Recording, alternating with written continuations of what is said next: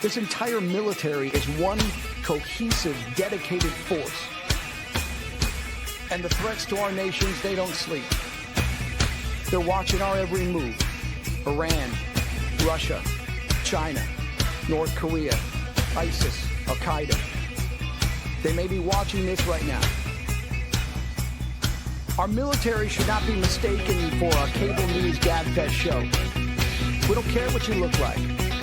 We don't care who you voted for, who you worship, what you worship, who you love. It doesn't matter if your dad left you millions when he died or if you knew who your father was. We have been honed into a machine of lethal moving parts that you would be wise to avoid if you know what's good for you. We will not be intimidated. We will not back down. And it's war. We don't want war. But if you want war with the United States of America, there's one thing I can promise you, so help me God. Someone else will raise your sons and daughters.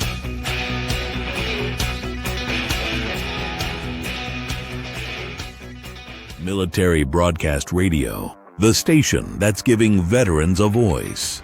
Find us on the web at mbradio.us.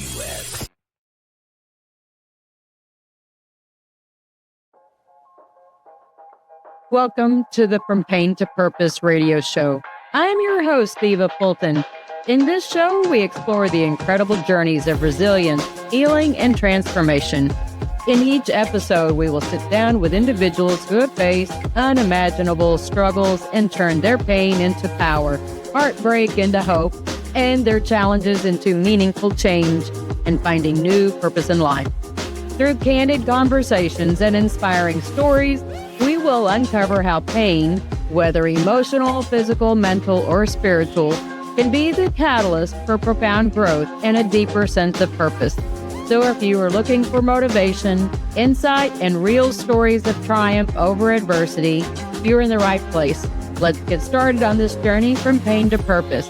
Let's give veterans a voice through Military Broadcast Talk. Hey, welcome everybody. Happy Saturday. Today is Saturday, February 7th, the year of our Lord 2026. Welcome. Gosh, we're already in the second month of the year.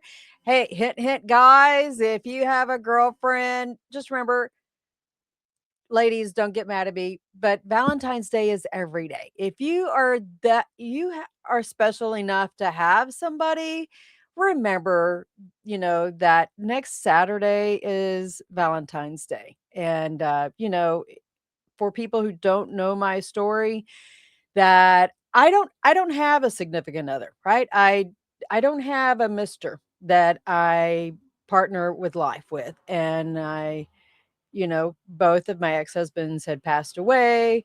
And for those of you who do this journey on your own, feel free to reach out to somebody and, go, maybe it's just a friend date. It's okay. Go out, enjoy life, and don't sit at home twiddling your thumbs, right? Accountability side of things, I submitted chapter 3 to my chair, so I'm pretty excited. And I also sent in chapters 1, 2, 3 all together for my dissertation. So exciting news on that. I feel this momentum. It feels really good. And when you've got guests like I have coming up, man, I'm nowhere. I can't touch how much he's published. There's no competition. And when I want to grow up, I want to be like George. So without further ado, let me go ahead and introduce George. I got to pull up my notes. So George is a Marine, once a Marine, always a Marine. I know the deal, guys. I was Army, but I'll grant you guys, you're always the Marine. But he was a grunt in the infantry and a forest forest recon company. He was a scout dog handler and spent 13 months in Vietnam. Let's see. I know he's got at least 13 published books. We'll see if he can touch on all of those. He's got 2 PhDs or doctorates. I'm not sure which one. And he's going to law school. So Vietnam veteran, and I'm just is so excited. He's definitely worked on the pain to purpose side of things in life, but that's not all that he's done. He is the president and founder of the International Sharon Ryu Karate Kabuto Federation. He's the Grand Master George Alexander. So excited. He's the interview of the week.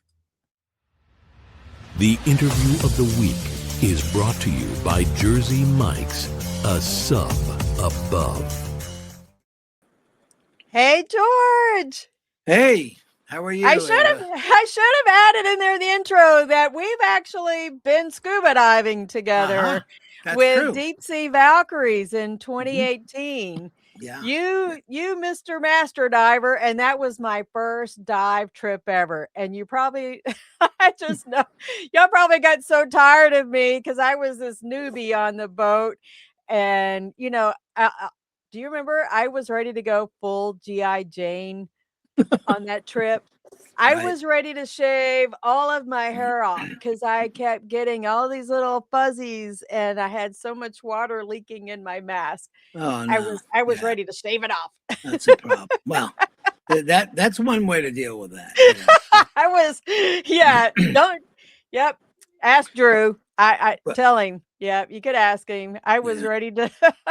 Was so that was a good trip, though. That was a good trip, and it was all veterans, which was kind of nice for us, and a great crew. That's for sure. It was definitely. The food was amazing. Well, I couldn't get over that. It was a small boat, 65-foot sailboat, cramped, right? And a young gal, she was like 23 or 4 or something.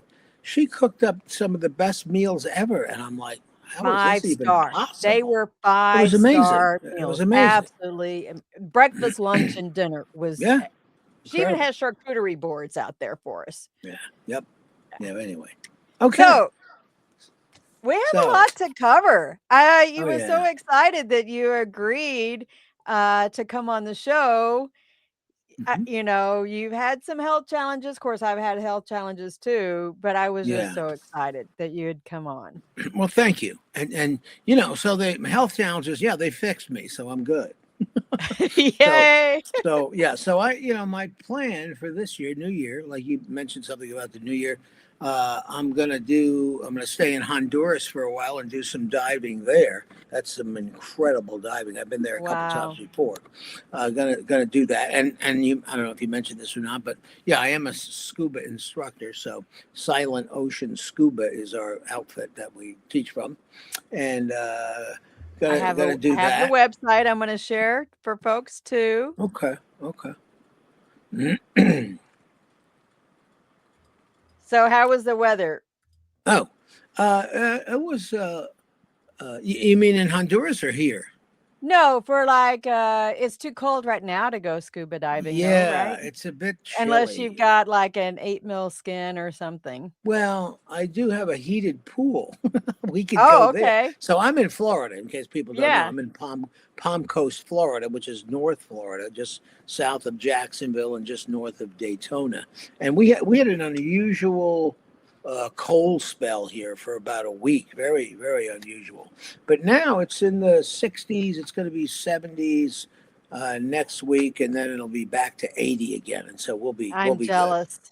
Yeah, we woke up. Good. It was like 9 degrees this morning in Maryland. Whoa.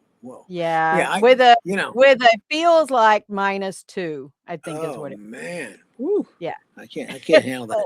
I lived upstate New York for a while, and so I know what the brutal winters can be like. So enough of that. Anyway, especially if you're a scuba diver. So anyway, what I can do is I can go over some of these publications maybe, and we'll talk about them. And then we have some other bullet points that we had discussed previously about. We did. How your journey after Vietnam, if you kind of had capped in a way. Yeah. The things that have helped you navigate. I'm just using the bullet points that we were talking about, that they have helped you navigate life in a way. Yeah. Well, Here's the thing. So my personal story is, I did 4 years in the Marine Corps, 4 glorious years. And the first 3 years were training, and I traveled all over the world and got to do that. It was wonderful. And you're a young guy and you're gung ho and all that sort of stuff. And then I did the last 13 months in Vietnam, which is that's a bit of an eye opener if you're in combat and all that kind of stuff. So and so the challenge is that when you come back from that, and I know a lot of guys that have come back from Iraq and Afghanistan, they face similar, if not the same, challenges. And so the civilian world is all of a sudden a lot different than what you are used to. Okay. And so you have to try to integrate or fit back into civilian life. That can be hard to do. My DD 214 said, and if you don't know what that is, that's a kind of a document that lists what your accomplishments were in your time in service. And it one of the spaces there says equivalent civilian occupation, small arms technician. And I'm like, oh, that's great. How am I gonna get a job with that? Right. And so that's the thing. You're trying to integrate back in society, and you try to figure out, where do you fit in? That's difficult for veterans. It really is. Right.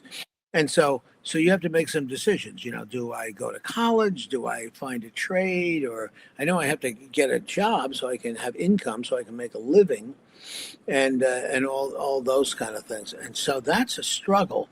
And of course, and I'm not sure this is vastly different with the veterans that were not Vietnam veterans, but other veterans. Vietnam was kind of unique, I suppose, in that we had a real stigma with us. When we came back from Vietnam, it was, oh, you guys are drug addicts and baby killers and psycho drug addicts and all that. We had to fight that stigma. So that was a real problem. I think the media has tried to stigmatize the Iraqi and Afghanistan veterans as well. Really? I don't know why. I mean, I think that's my perception. I think that Really? they have tried to stigmatize them, and because of there's the waterboarding stuff that had happened, and a lot of those kinds of things. Then the assumption is that that a lot of innocent people have been killed or tortured. Yeah, okay. And so I think that they have tried to stigmatize. Well, you know what? They had that Abu Ghraib incident. Now that you're exactly. Yeah, that didn't play well. Yeah, that wasn't good.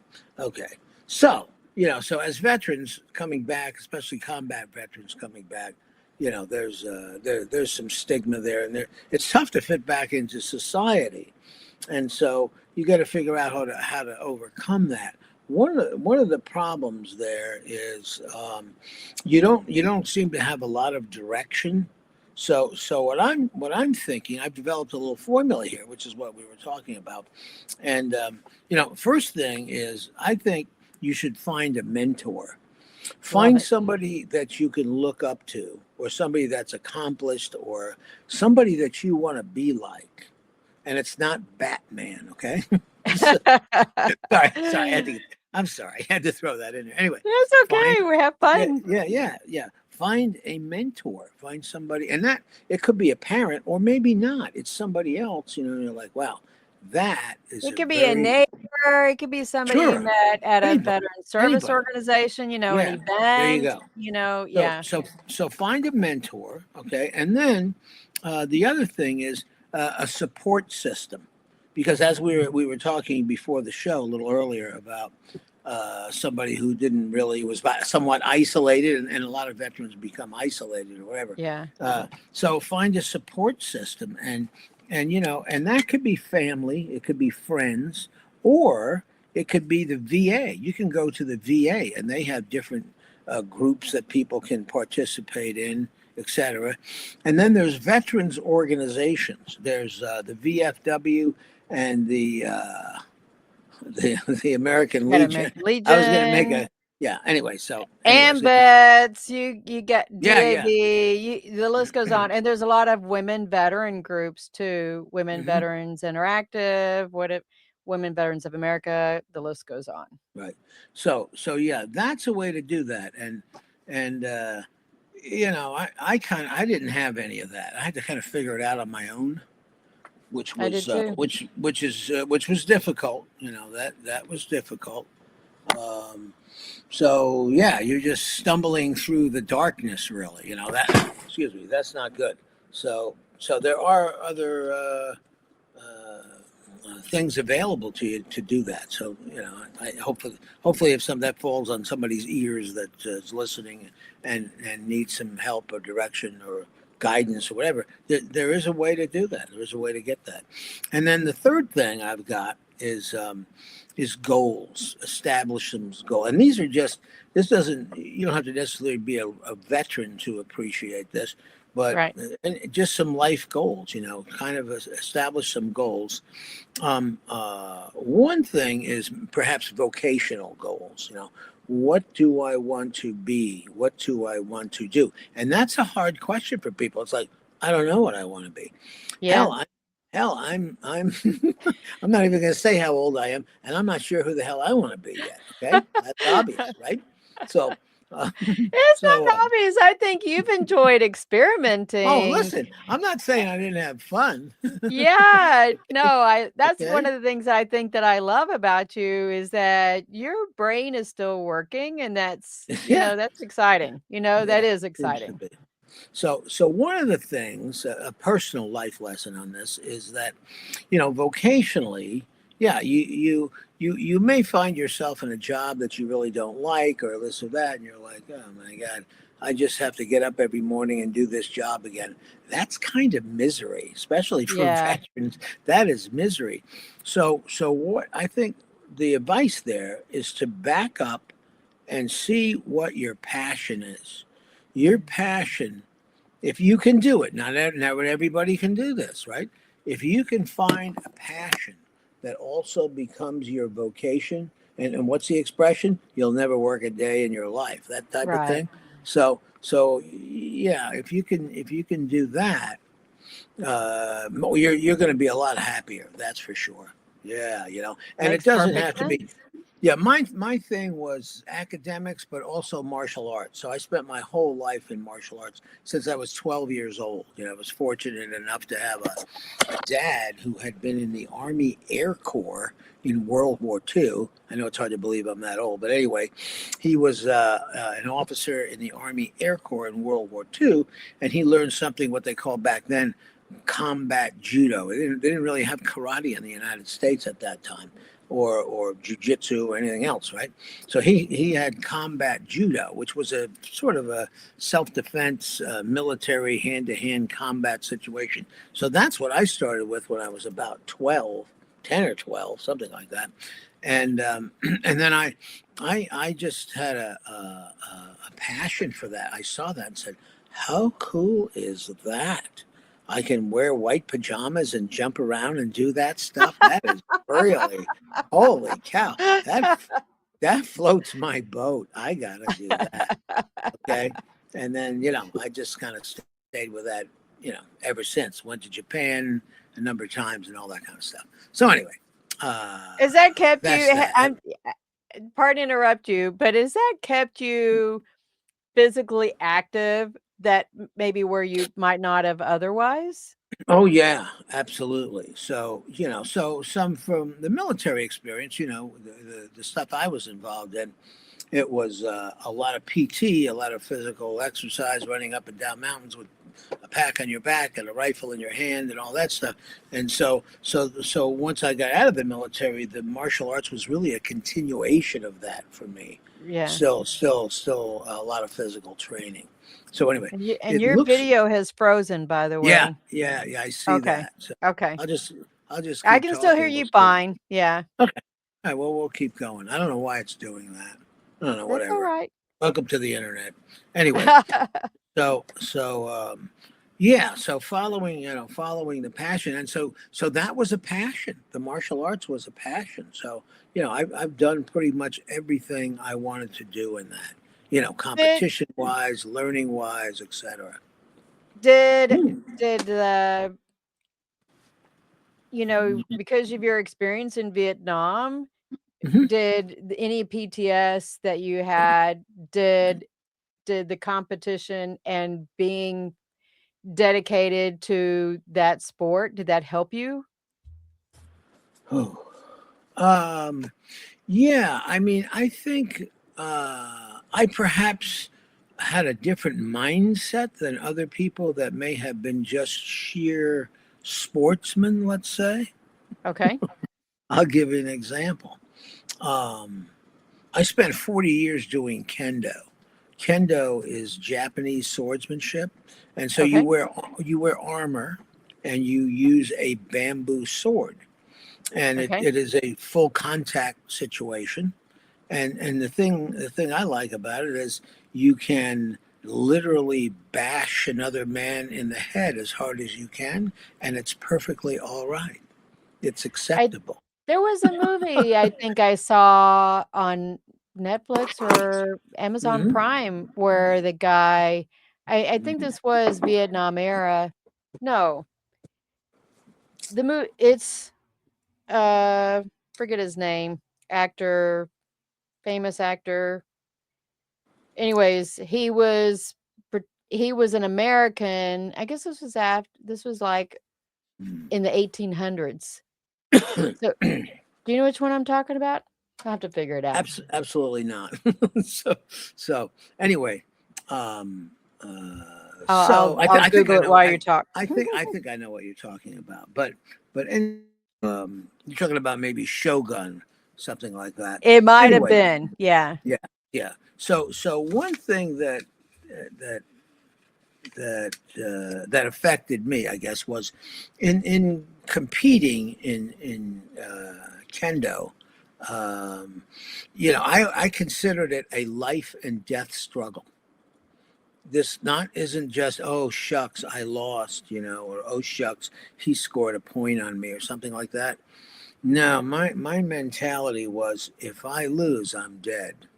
So it's kind of scary, right? A little bit of scary. This is not normal. Okay, I know that, but it served me well.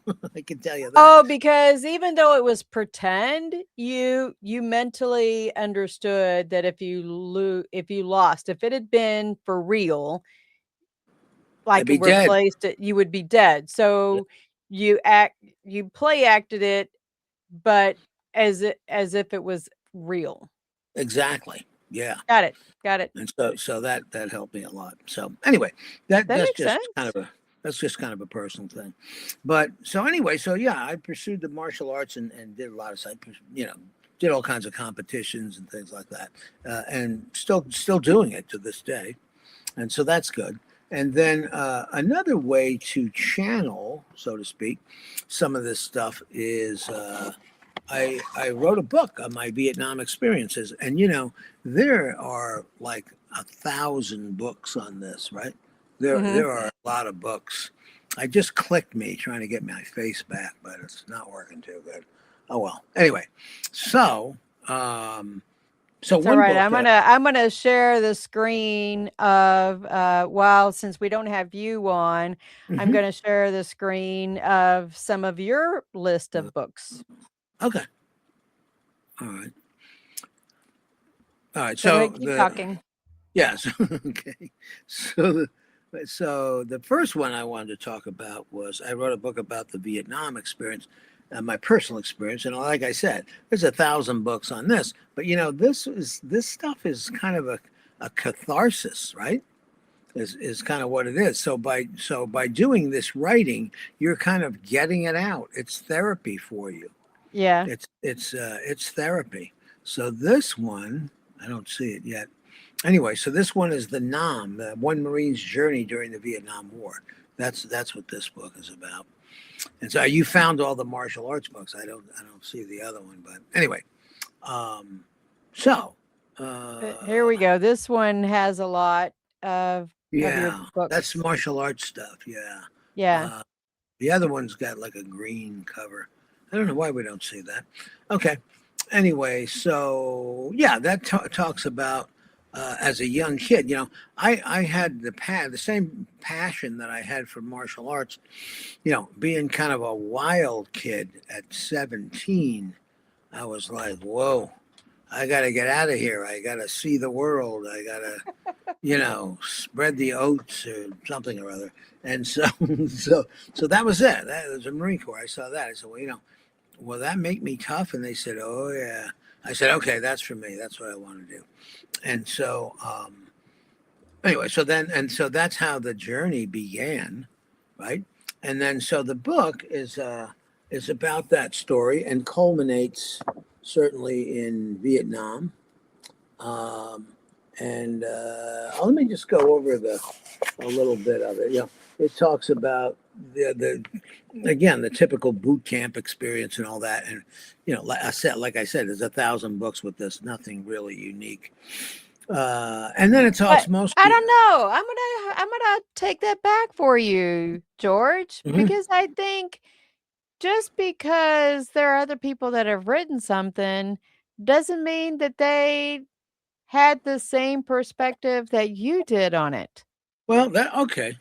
You know what I mean? I mean, because somebody else may identify with how you thought through whatever the moves were or whatever that I want to say the emotional or that spiritual side that you heard it at, that it's, that context might speak to somebody because that's how you felt going. Yeah. Okay. All right. I see that.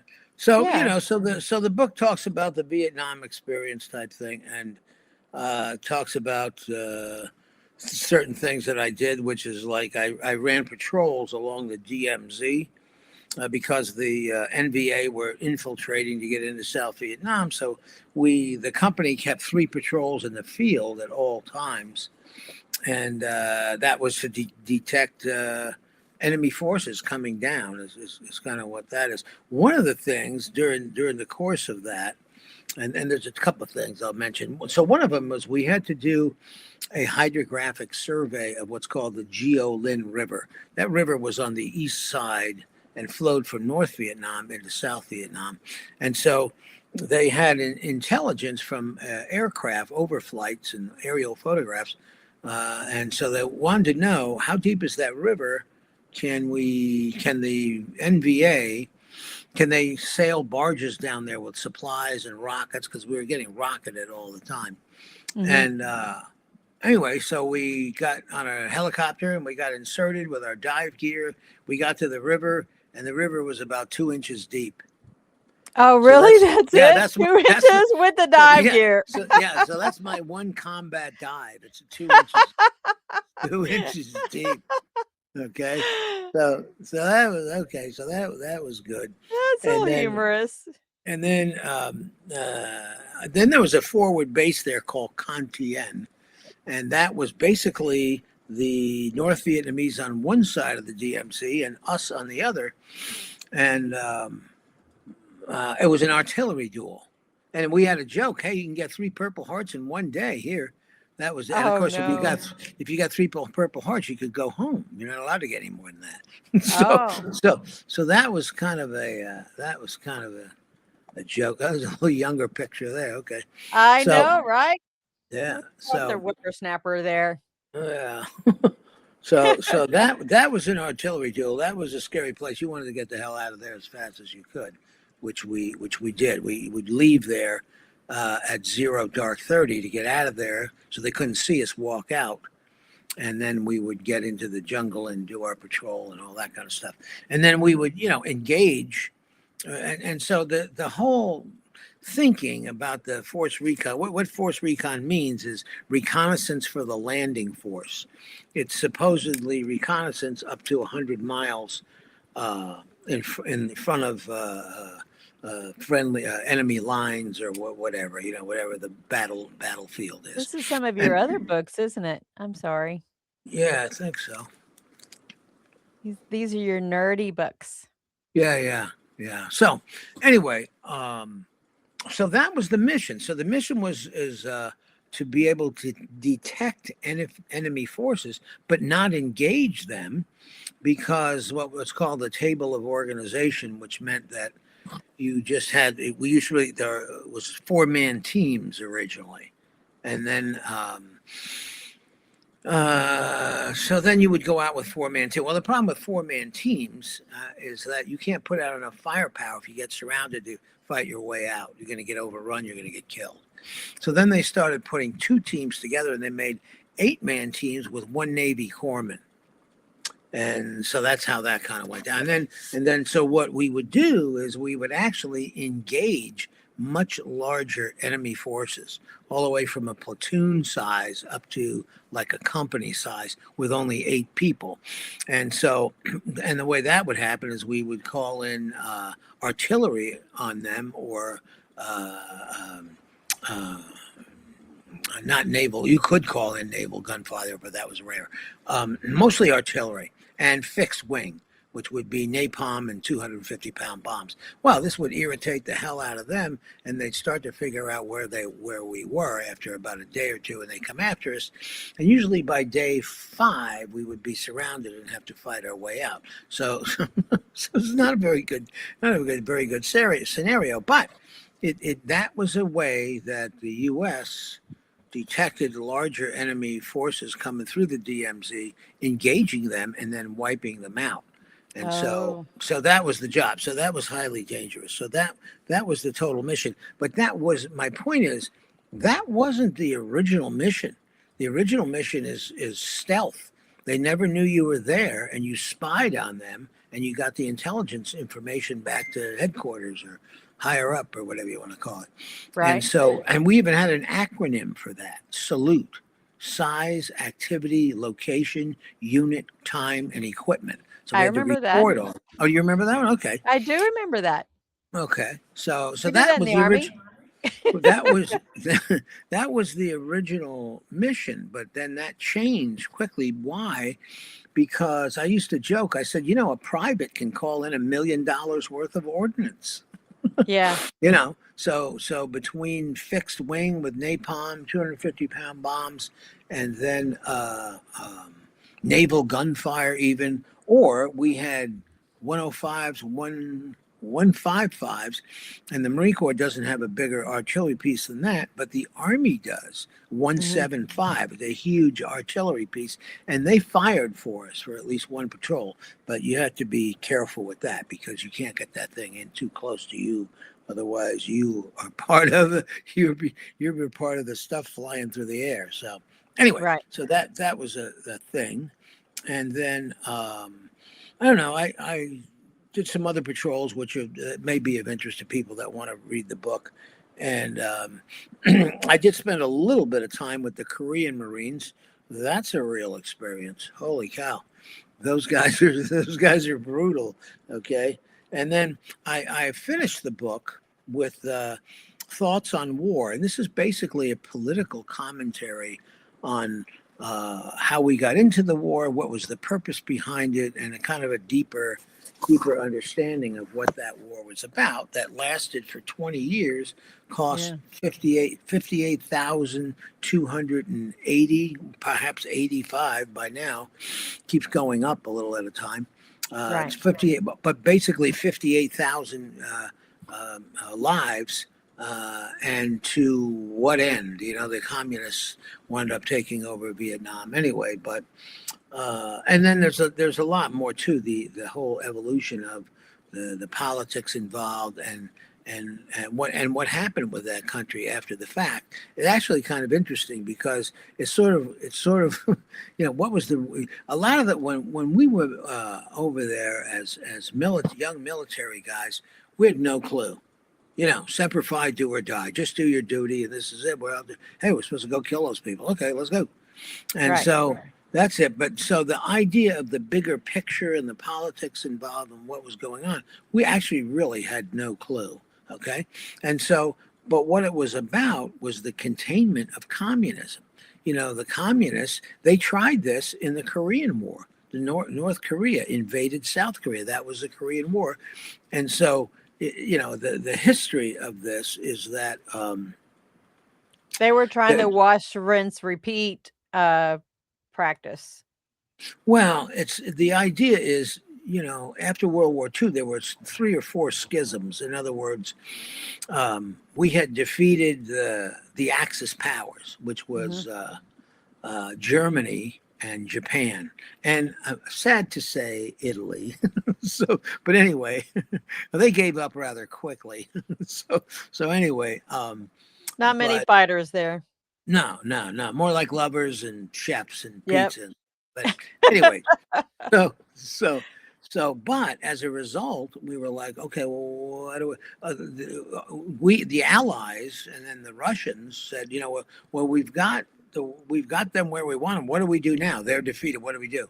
Well, the Chinese and the Russians said, well, we want a communist regime. And then the rest of us, the Allies, we said, no, we want a democratic regime. And they said, okay, tell you what, compromise. We'll split these countries in half. It'll be North Korea, which will be communist, and South Korea, which will be democratic. Okay. And then Hong Kong was kind of the same way. And then Germany, East and West Germany. We split those countries, all of those, in half. And then we had the Korean War, and North Korea says, I think we want to take over the South. That's what that was about. Then 10 years later or less, the North Vietnamese said, you know what, we'll do the same thing. We're going to take over the South. So that division, that artificial division thing, kind of didn't work, and it led us into 2 wars. Didn't work. So that was the real purpose. And the idea was with the Vietnam War is that, it's a domino effect. That was the terminology. It's a domino effect. And if one country falls in Southeast Asia, so will the rest of them. Cambodia, Laos, and maybe even Thailand. And isn't Malaysia still kind of out there in play too, isn't it? Yes. Yeah, absolutely. Yeah. So that's what the war was really about. So it was to stop the spread of communism. That's what it was about. Now, you could look at, and this is at the tail end of the book, you could look at it another way and say, well, did it work? Yes and no. It kind of worked for the long term, but the short term, no. Laos fell to communism, the Pathet Lao. And of course, Vietnam fell. April 15th, 1975. That was the end of the war. We were out of there. And the communists took over, and it was brutal, So, but now what's happened is those countries, or at least Vietnam, their economic system, not necessarily political, but economic system, has come around to the way of capitalism as opposed to communism. So it's like, what? And I know. But China's taking over Hong Kong, though, right? Aren't they? Yes. Yeah. I mean, I saw that they are normalizing all of the Hong Kong laws to the rest of the way of China because they just can't keep them separate anymore. That's it. You got that right. So yeah. So that's why there were a lot of protests in Hong Kong. So I think it was 1997. The British turned Hong Kong back over to China. Is what happened. And of course, everybody was in a panic and like, oh no, we're going to be communists. Wait a minute. This is a financial center in Asia. Right. Holy cow. What's going to happen? Everybody was afraid for their jobs, their lives, and all that kind of stuff. So there were some protests and things, and I don't know where that's fell down or where that's arrived at this point. Don't know. But anyway, or how much of is it paid? George, what if, somebody's paying them to protest just like they've been protesting in different places in America? What if it's just they're paid protests? Wow. I wish I knew where I could get paid because I would protest. I don't think you would. I need a job, man. I don't know. I was going to say, I think they go to Craigslist, but. Yeah. That's something else. Anyway, so no, I don't think there's paid protesters.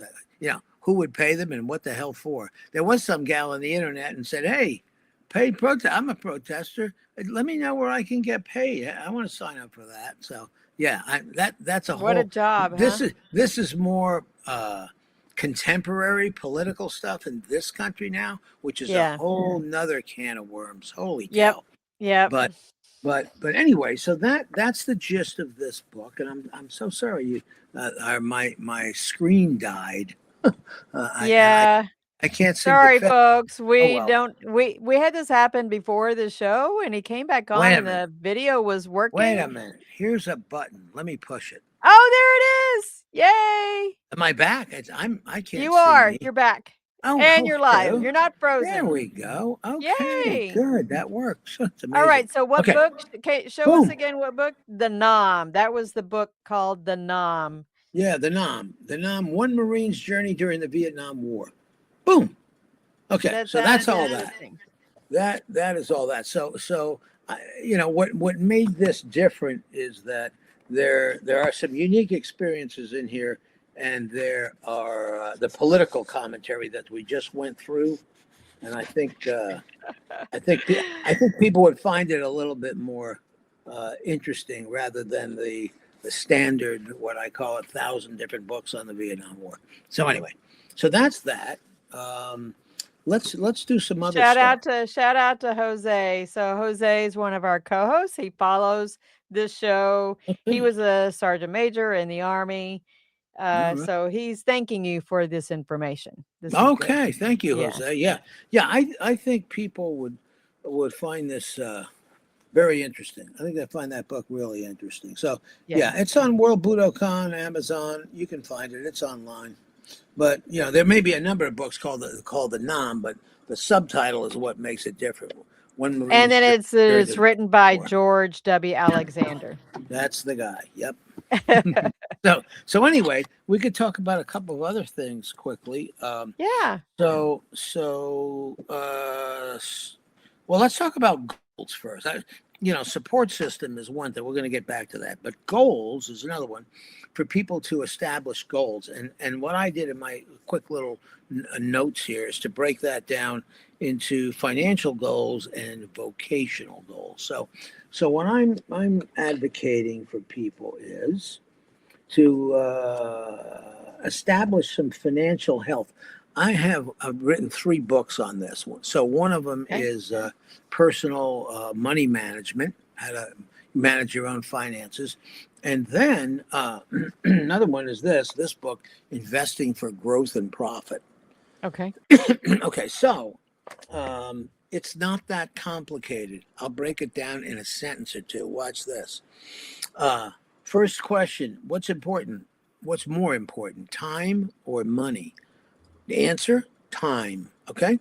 So if you can invest and develop a little system of investing, and if anybody wants to know how to do this, contact me and it's easy. Start your own portfolio and you start investing. And then over time, if you're young enough, that's the key. If you're young enough, by the time you get 65, 70 years old, you can be financially independent. We'll use that terminology, right? And that's the goal. And you do it without the pain. So in other words, you let's say you get some money deducted from your paycheck every week, a certain amount, or every 2 weeks, whatever it is, and it goes into your portfolio automatically. You never miss it. You never miss it, and then that will build up over time, and you'll have somewhat of a portfolio to manage, right?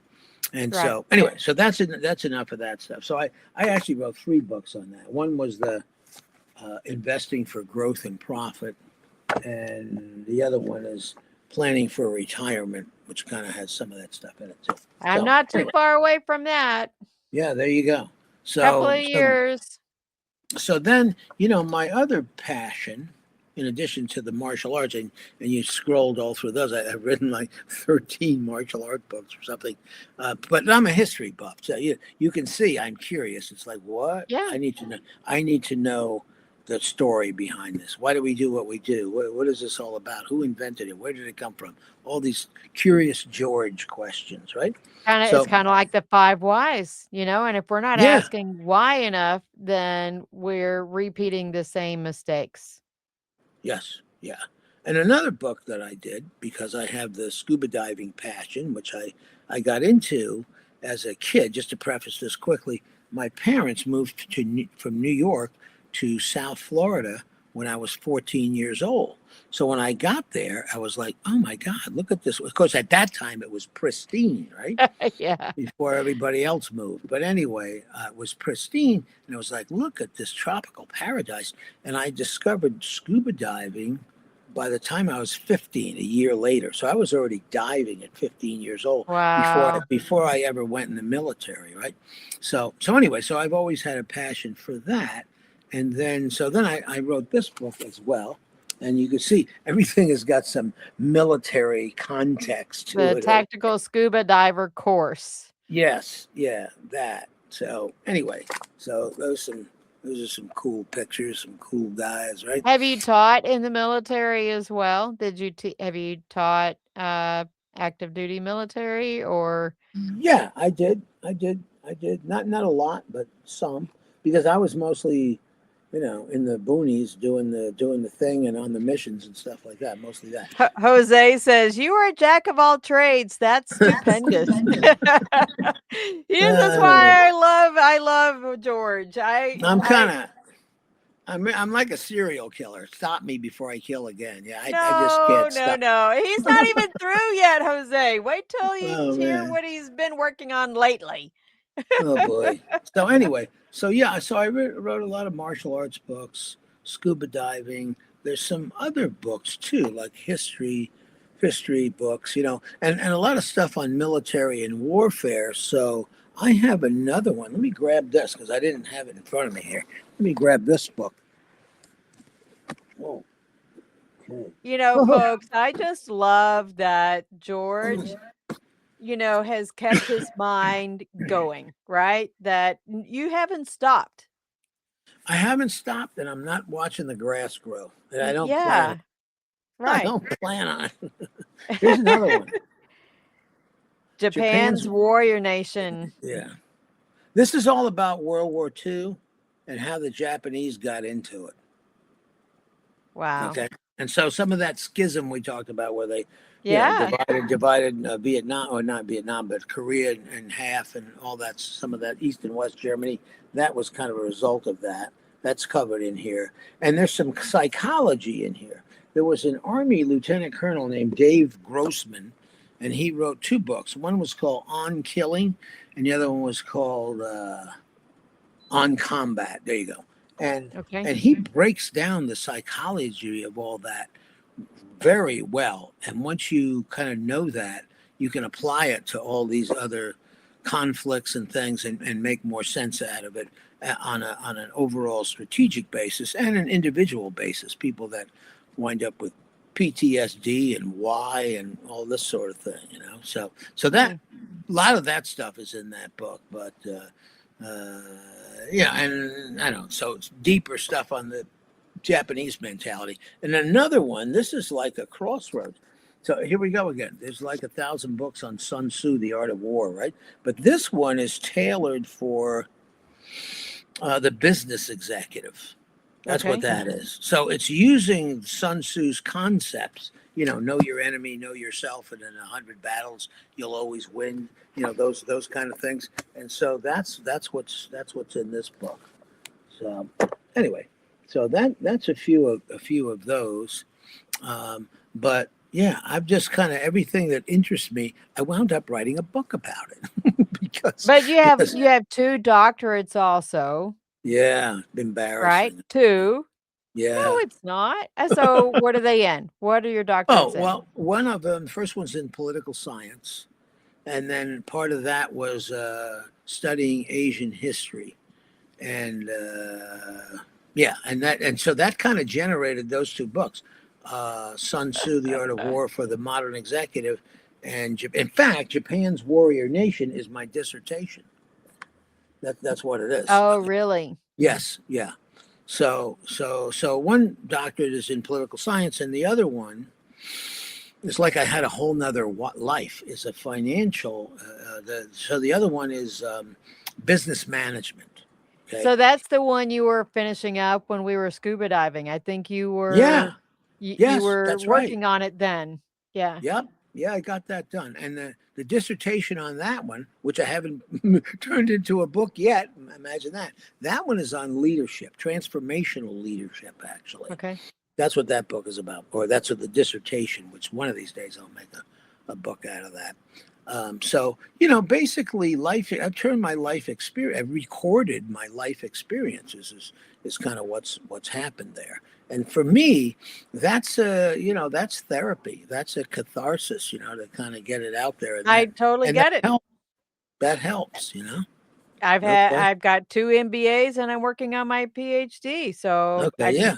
I got you, right? Yeah. All right. Got it. You just keep going, you just keep going. So now I've gotten myself into law school. It's like, oh God, I had a professor when I worked on my MBA. I had a professor and he had a PhD, JD, MBA. And I went, holy cow, man, that's a lot of degree. And I'm competitive. Hello. Right? I'm looking at this guy. Yeah, a lot of professors, they had PhDs and MBAs. Yeah, so what? This guy has a law degree too. And his PhD was in accounting, which was like, okay, whatever. And so, but he had a law degree and an MBA. I'm like, did this guy go to college for 15 years? Yeah, probably. Sure. Okay. Now that we've both been doing it, yeah. Yeah. So I took 1 year off between the second master's and then starting the PhD program. Yeah. So that started gnawing at me. That's what happens. It just starts gnawing at me, man. And then I gotta go do it, right? But George, an idle mind is the devil's playground. Right? Yeah, I've heard that. I mean, it's kept you going. It's kept you motivated, and you just haven't stopped. Yeah, well, apparently what I need the physical activity, but I also need the mental stuff. Yeah. Here's a great quote for you. Mental fitness and physical fitness go hand in hand. For sure. Socrates said that over 2,000 years ago. So, you hear that, Jose? His show starts in 8 minutes, and he loves doing fitness stuff. Yeah, okay. You'll have to go on Jose's show sometime too. Sure, I'd be delighted. So he's got the Motivated Mindset show. That's what his show is. Yeah. Okay. So anyway, so that's been my deal. Just motivated to do physical things, stay in shape, and all that, and then also the intellectual side in studying stuff. I'm just curious, George. It's like I just have to know where this came from. What's the history? What's the background? Who started it? All those questions that have to be answered, So that's the thing. And so anyway, so I'm in law school. I finished the first year already. So I think I can knock it out in another year and a half, but this is kind of be careful what you wish for, because it's a lot of work. It's a lot of reading and it's just a lot of, and you have to do case briefs. And every class has case briefs. So it's a lot of work. So what does it do? It interferes with your personal life. Okay. So that's because you are married, if I remember correctly. You're married. Yes. You have a couple of daughters, I think. I do. Wow, look at you. Yeah, I got 2 daughters. I do. Yeah. Yeah, they're they great. Paid attention to you. We had some great conversations on deck, Yeah, absolutely. So anyway, so that's good. So I hope to finish that up, finish the law degree up. Now I don't know what I'm going to do with that, because I do have a firm that does management consulting, basically, just business analysis and all that kind of stuff. But whether I'll try to practice law or not, I'm not like 24 or 5 years old and I'm going to work for a law firm and work 60 hours a week. That ain't happening. Okay. Right. But I might do, like a little boutique, or just add it to my consulting business and say, okay, well, we do some estate work, estate planning and trusts, and I don't know, some contracts and some of that legal stuff where it ties into the business. I would think with as many books that you've had, published, you'd have to know something about, Well, I got to tell you, I had a whole nother business career that we didn't even talk about. What's that? Well, my undergraduate degree is in accounting. So I worked for a CPA firm for 8 years. And then I got out of that nightmare and then got into real estate and construction. And then wound up with my own construction company and my own real estate development company. I've done the construction thing. I've had a cleaning company and a construction company. Yeah. Yep. Wore the hard hat and everything. Yeah. So I'm kind of done with all that.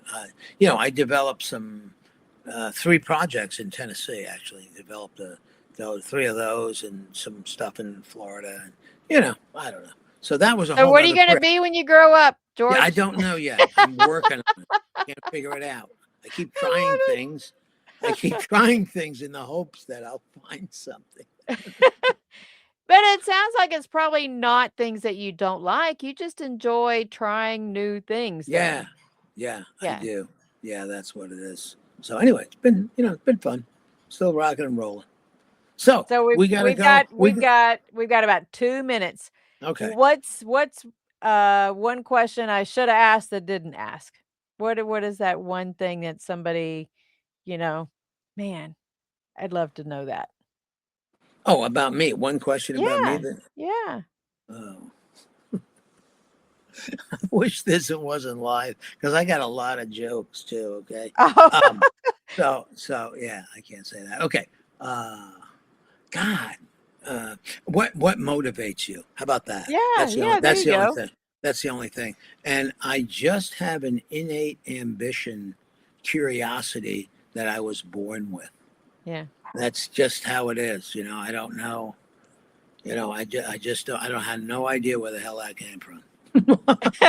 But it must be in the DNA. It must be. But if you don't have that, we could follow our little formula here, which is find a mentor, get a support system, and establish some goals. We could wrap it up with that. How about that? Yeah, that sounds good. Thank you so much for joining me. I really appreciate it. We connected on the boat. I love the generation. I like listening and talking to older people. I grew up next door to a World War II Navy vet.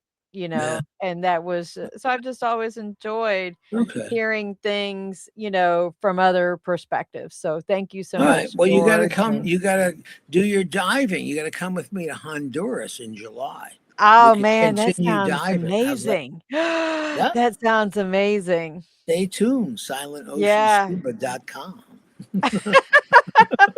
I posted the websites to reach out to George, everybody. So feel free to reach out to him. I do have some upcoming guests. Stephanie Ford is joining me on the 14th. Elaine Davidson is joining me on February 21st. I'm not sure who I have for the 28th yet. I might be on site.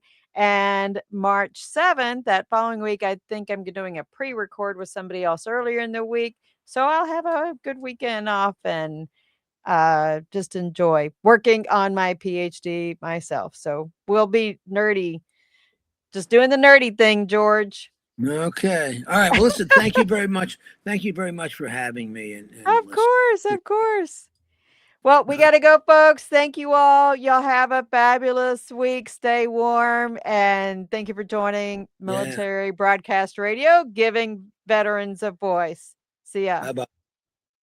Ladies and gentlemen, thank you for tuning in to Military Broadcast Radio. As we wrap up today's show, we want to remind you that the podcast of today's episode will be available right after we go off the air. So if you missed any part of the show or want to listen again, be sure to check it out. And remember, we're here to support and honor our veterans. Your stories and experiences matter, and we are committed to giving you a platform to share them. That's right. We're here to give our veterans a voice. So don't forget to catch the podcast and stay connected with us, giving our veterans a voice.